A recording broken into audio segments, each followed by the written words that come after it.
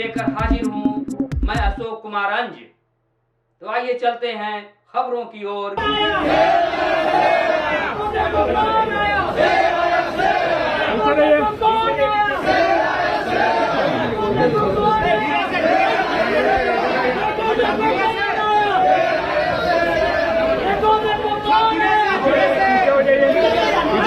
जिंदाबाद जिंदाबाद सीमांचल जिंदाबाद। अस्सलाम वालेकुम।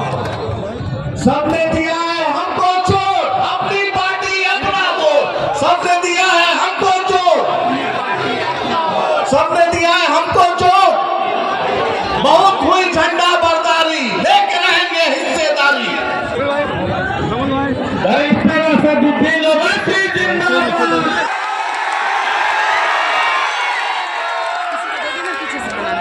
मजबूत तर्जुमानी हमने की। जिस वक्त मैं एमपी का इलेक्शन लड़ा और बीजेपी से नीतीश कुमार जी को मैंने अलग करवाने में बड़ा कलीदी रोल अदा किया था, जब मुझे एक एहसास हुआ कि हमारी लड़ाई में कहीं ऐसा न हो कि कोई फिरका परस्त ताकत यहाँ आ जाए, तो हमला हो रहा था, मेरी पार्टी ने मुझे बोलने की इजाजत नहीं दी।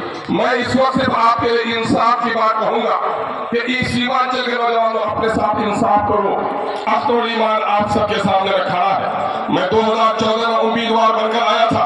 कुछ नहीं मिलता, सिर्फ वादे मिलते हैं और चुनाव आएगा तो बोलेंगे सेकुलरिज्म को जिंदा रखो। सेकुलरिज्म को जिंदा रखने का मतलब ये है कि या तो तेजस्वी को मुख्यमंत्री बना दो या नीतीश को बना दो, और तुम घर में जाकर रोज अपनी तबाही और बर्बादी के नजारों को देखते रहो। चुनाव आएगा तो बोलेंगे वैसी वोट काट भी आया है, किसको वोट मत दो, तो उसका मतलब यह है कि सीमांचल में नाइंसाफी जारी रहे, लाखों एकड़ जमीन पानी के बहाव में कट जाए, किसानों को उनका हक ना मिले, हमारे बच्चे और बच्चियों को स्कूल और कॉलेज ना मिले। मेरे भाई, ये सच्चाई आपको बयान कर रहा हूं, इसीलिए तो सब के सब हम पर गाली लगाते हैं, हम पर इल्जाम लगाते हैं। मैं सच्चाई को तुम्हारे सामने बयान कर रहा हूं। मैं पोखाली की जनता से और बहादुरगंज की जनता से अपील करने आया हूं, ठाकुरगंज की जनता से अपील करने आया हूं कि आप अख्तर ईमान को मजबूत करिए। जब मैं ये कह रहा हूं, सुनिए, मैं ये नहीं कह रहा हूं कि अख्तर ईमान की जात को मजबूत करो, मैं तुमसे नहीं कह रहा हूं कि ओवैसी को मजबूत करो, मैं ये कह रहा हूं कि अपने आप को मजबूत करो। और मजबूती कैसे होगी? जब आप अपने वोट का सही इस्तेमाल करेंगे। आप देख नहीं रहे कि कितने बड़े बड़े नेता कांग्रेस के बीजेपी में चले गए। महाराष्ट्र का मुख्यमंत्री अशोक राव बीजेपी में चला गया, बोलो उसके बारे में भीती नहीं बोलते उसको। कितने भाग भाग कर बीजेपी में जा रहे हैं, उनको कोई कुछ नहीं बोलेगा, मगर जब वैसे आकर सीमांचल जिंदाबाद, सीमांचल इंसाफ की बात करता है तो इनके पेट में दर्द शुरू हो जाता है। जब अख्तर ईमान बिहार की विधानसभा में गरीब और मजलूमों की आवाज बनकर उनके हक की बात करता है तो उनको पेट में दर्द शुरू हो जाता है। तेजस्वी यादव को जरा सोचना चाहिए था कि जब तुमको मजलिस की जरूरत पड़ी तो अख्तर ईमान को बुलाया, बोला कि अख्तर भाई हमारा साथ दे दो। तेजस्वी, तुमने जो 4 गुलाब जामुन समझकर हमारे विधायक को खा लिया, वो हजम कर गए तुम उनको?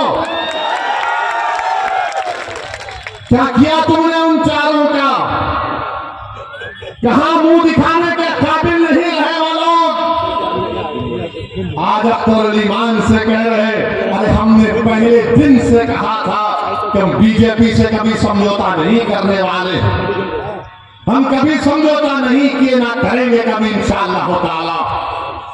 2 मरतबा नीतीश कुमार को तुमने मुख्यमंत्री बनाया और 2 मरतबा नीतीश कुमार ने बिहार की जनता को धोखा दिया और बीजेपी को सत्ता दी, मगर बताओ इनकी जबानें बंद है, जबानें बंद है, कुछ नहीं कहते। मैं आज आपके दरमियान में खड़े होकर इन दोनों पसमानदगान और इनके खानदान से ना सिर्फ इजहार ताज़ियत उनको पेश करता हूँ, बल्कि मैं उनके परिवार को, उनके अफराद ख़ानदान को, उनके चाहने वालों को और सीवान और गोपालगंज की आवाम को ये बताना चाहूँगा और उन तक मैं पैगाम देना चाहूँगा कि हम उस ख़ानदान के साथ खड़े हैं। असलम साहब के, आरिफ जमाल साहब के और मजलिस इत्तेहादुल मुस्लिमीन की पूरी कोशिश यही होगी कि जिन जालिमों ने असलम साहब को और आरिफ साहब का कत्ल किया, अल्लाह सुब्हानहू व तआला उन तमाम कातिलीन को अल्लाह उनको निस्फ़ नाबूद करे। और हम बिहार की हुकूमत से इस बात का मुतालबा करते हैं कि उन तमाम कातिल जिनको गिरफ्तार किया गया है उनको सख्त से सख्त सजा दिलवाई जाए। मेरे अजीज दोस्तों और बुजुर्गों, मैं आपके दरमियान में आया हूँ और मैं आपको फिर से याद दिला रहा हूँ कि मैंने 1 साल पहले किशनगंज में आकर इस बात को कहा था कि नीतीश कुमार